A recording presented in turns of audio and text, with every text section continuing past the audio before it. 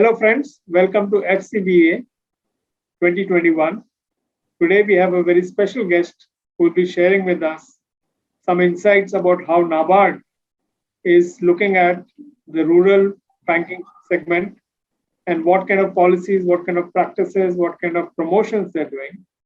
I'm really happy to introduce you to Mr. Shaji KV. He's the Deputy Managing Director at NABARD. So welcome, Mr. Shaji, and we look forward to some really interesting insights from you in this session. Over to you, Mr. Shaji. So thank you for the introduction. And I'm very happy to be with you today and thank the organizers of this 15th National Cooperative Banking Summit for inviting me to share the NABARD's perspectives on the cooperatives in the country.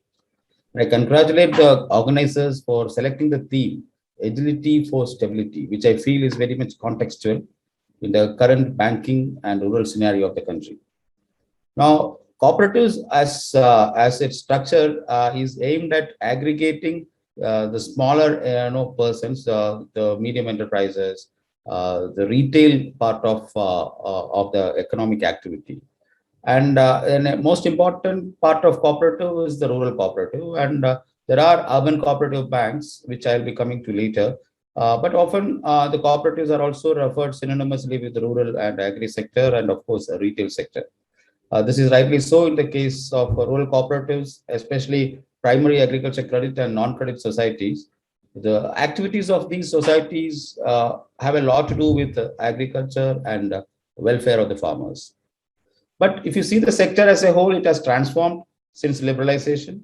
And in fact, if you see the recent economic survey of 2021, the share of agriculture in GDP has reached almost 20% for the first time in the last 17 years, making it the sole bright spot in the GDP performance during 2021. So understandably, the sector has changed. The sector, I mean the agri-rural sector and the retail sector. But whether cooperatives have changed to meet the emerging challenges of the sector is there to be seen. Now, especially in agriculture, the sector has changed from a deficit agriculture or subsistence agriculture to surplus agriculture. So that means the mode of interventions to this sector needs to be different. There is a lot of initiatives have to be there to handle the surpluses, which entails a lot of involvement of SMEs. So cooperatives have to fine-tune their strategies from pure production credit providers to the processing credit or post-harvest credit providers.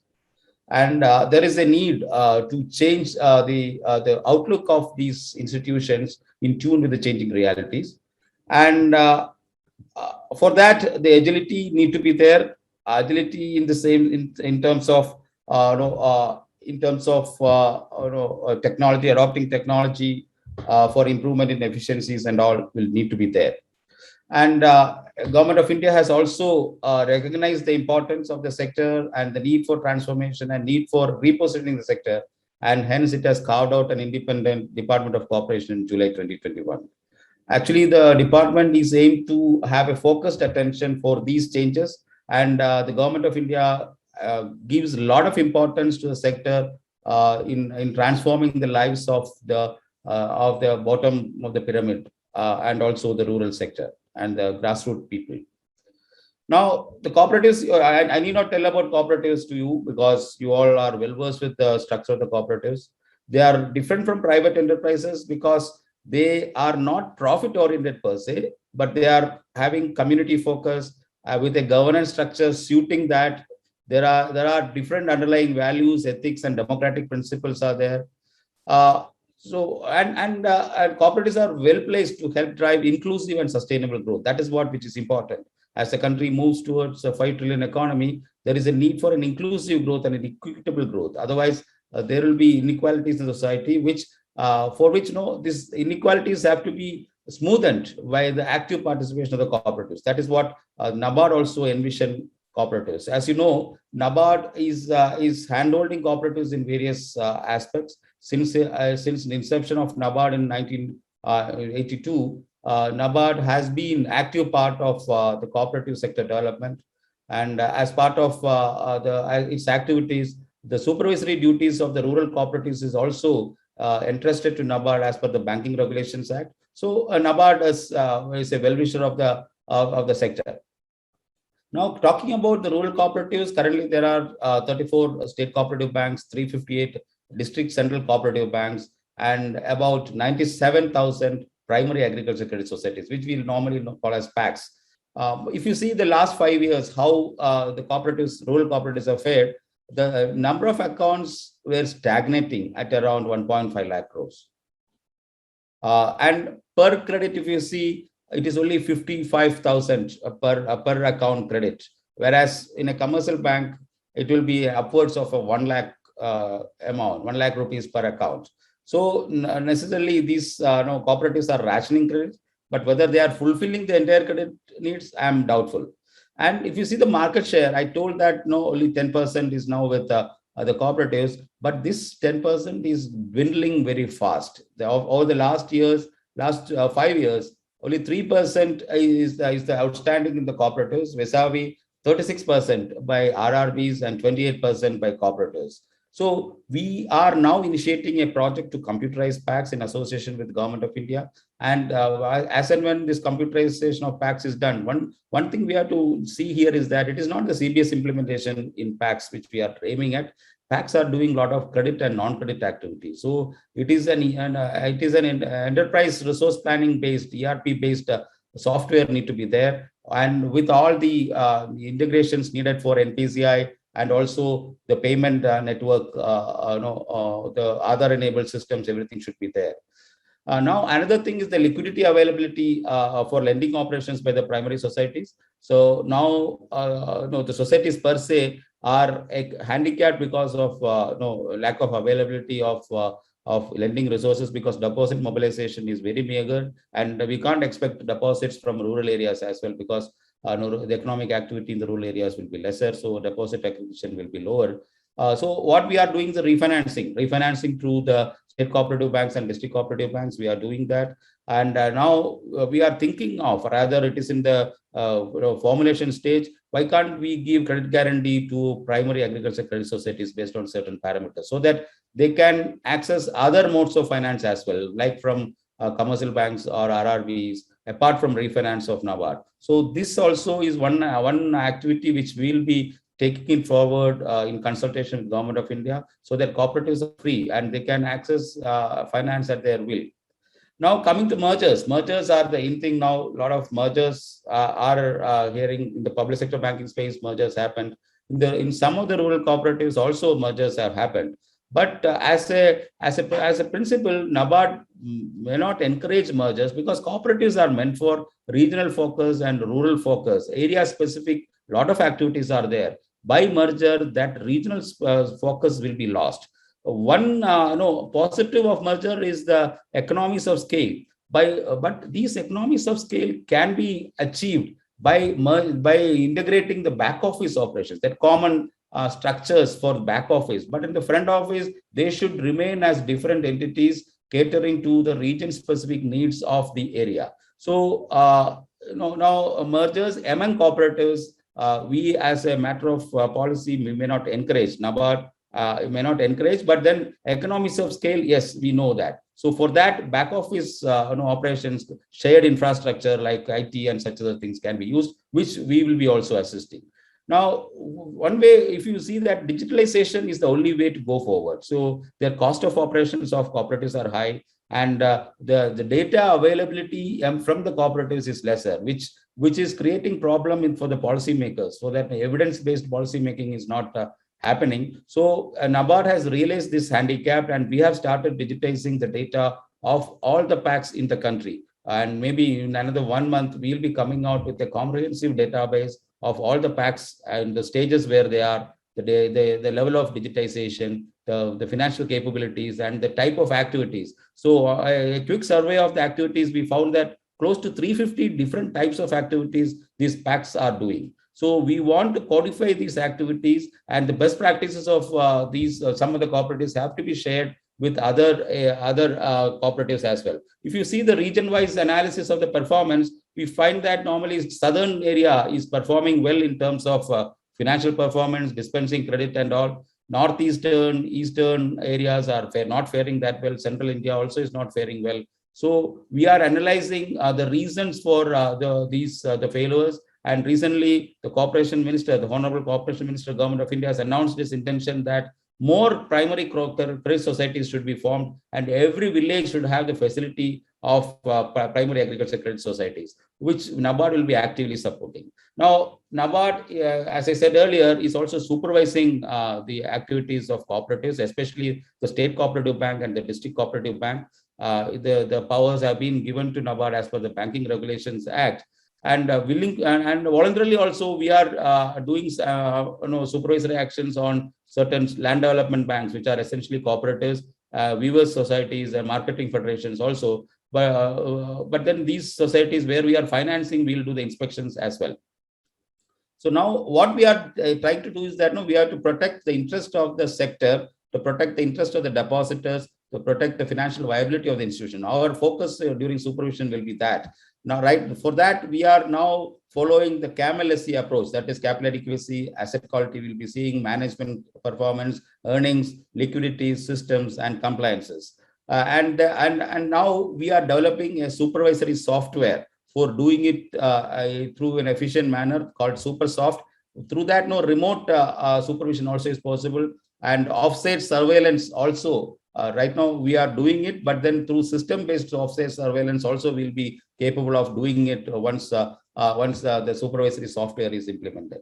Then Board of Supervision of NABARD is guiding NABARD in terms of the matters related to supervision. And recently, the COVID has impacted the supervisory actions. But then we are completing the supervisory inspections as per the plan. And the data is very much important for effective supervision. For that, we have set up an Ensure portal for data collection and offsite surveillance.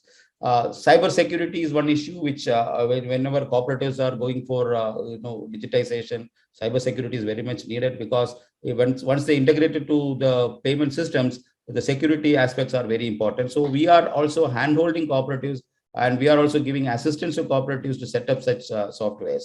Now, the concerns which we have right now is that the CRAR, that capital adequacy is little lesser in many of the cooperatives. Asset quality is deteriorating primarily because of NPA. The dual control at the state level, there is a control, and at the national level also RBI controls the banking operations. That and interference at the state level, of course, it's an issue. Training of manpower, that lack of adequate manpower and professionalism is another issue. Then large farmers capturing the cooperatives, that also is an issue which we are concerned about. Cooperatives are essentially meant for small and marginal farmers. Loan waiver schemes, of course, are affecting the quality of financial quality of the societies and the cooperative sector. The share of agriculture credit is dwindling, and the market share they are losing. As I said earlier, that is an issue which we are very much concerned. To sum up, now largely the rural cooperatives are unable to adapt themselves to the changes in the financial sector, and they have not adapted their procedures and policies. They are still into the short-term financing structures, whereas the sector has moved to the requirements for capital investments in processing activities. So those things have to be implemented. Those things have to be recognized by the management of cooperatives, and NABARD will be actively assisting the management in recognizing this changing phenomenon. And despite their outreach and volume, the health of rural cooperatives are a little issue and deteriorating very significantly. So the inefficiencies have to be found out. So we are doing a case-to-case analysis on these cooperatives and advising the cooperatives on the steps to be taken for overcoming these inefficiencies. One thing, I am a believer in cooperatives. They are people-centered and not capital-centered, and they don't perpetuate or accelerate capital concentration, and they distribute wealth in a more fair manner, which is very much needed in the current faster growth of our economy. Equitable growth is very important, and their cooperatives can play a very important role. And the sustainable growth and financial inclusion and the employment opportunities which cooperatives are giving, those things are very important in the country's march towards development.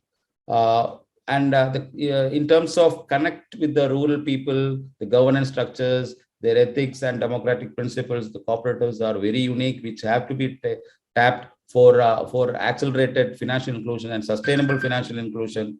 I'm sure that with the recent initiatives of Government of India, supplemented actively by NABARD, the cooperative sector will be rediscovering itself and adapt to the changing ecosystem and regain its past glory. Of course, the theme, the agility is very, very much needed now, and they have to be agile and they have to adapt to the situations faster.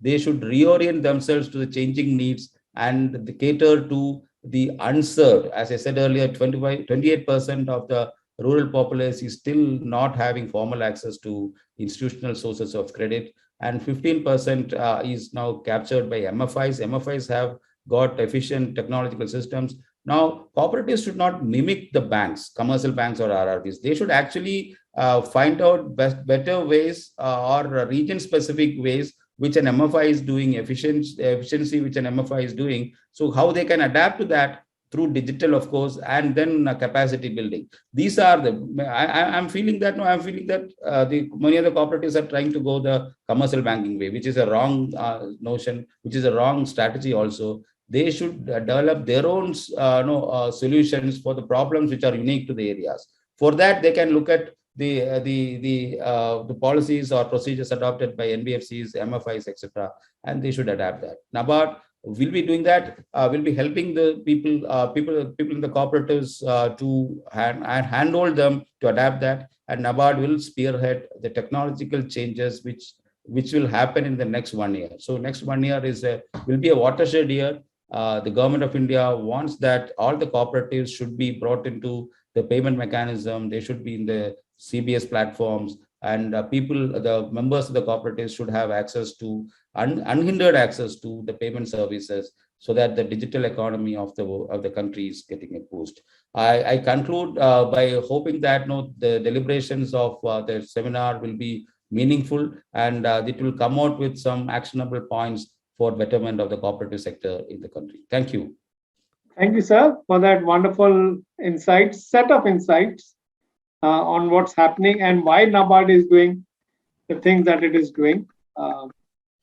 Really happy to say that one of the interesting things I observed was your emphasis on supporting evidence-based policy making, for which you say you are collecting a lot of data.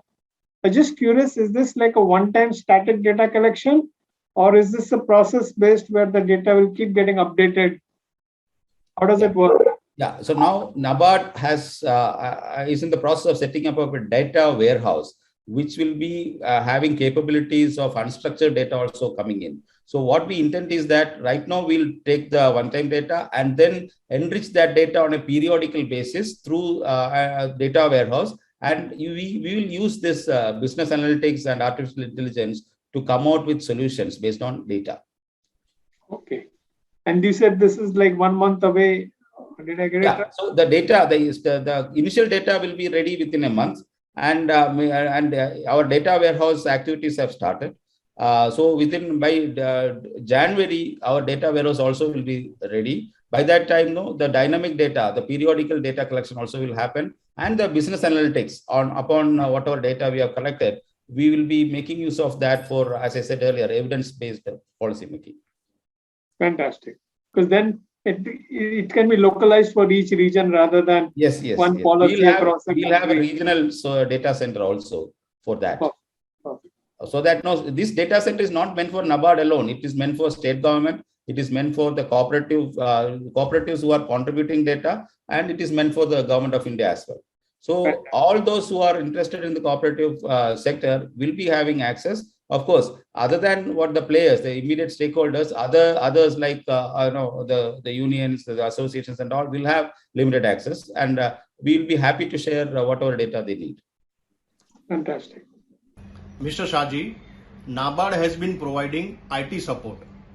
how e-Shakti-led digitization has helped women's health groups so far. So if you understand this SHG bank linkage, so self-help group is not only credit. There are a lot of other activities to be seen. So a commercial bank may not be interested in other activities. So in that context, NABARD has come out with the e-Shakti package. That is a digital platform for SHGs. Not only the financial parameters, other activities also will be captured, like how often they are meeting, how this thrift is happening, how internal lending is happening. All these things will be captured through the software, and then we will provide a base to the lending bank, and we'll actually grade the SHGs based on these data collected through the software, so that the lending banks will have more comfort to lend. Rather than say, if a lending bank is doing that, they will be only looking at how much amount is outstanding, and based on that, some X multiple of that they will give. But we are not. We tell that no, you look at the quality, not only the quantity. The quality of activity is also to be done. In that context, e-Shakti has been a game changer, and it has been now integrated to many of the banks for facilitating more access to credit by SHGs. Shaji, one more interesting thing you talked about is that these rural cooperatives should maintain the local character.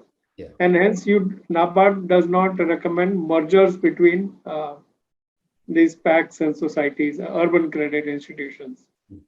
Also, you said that the MFIs are scaling up and capturing market share on a very accelerated pace.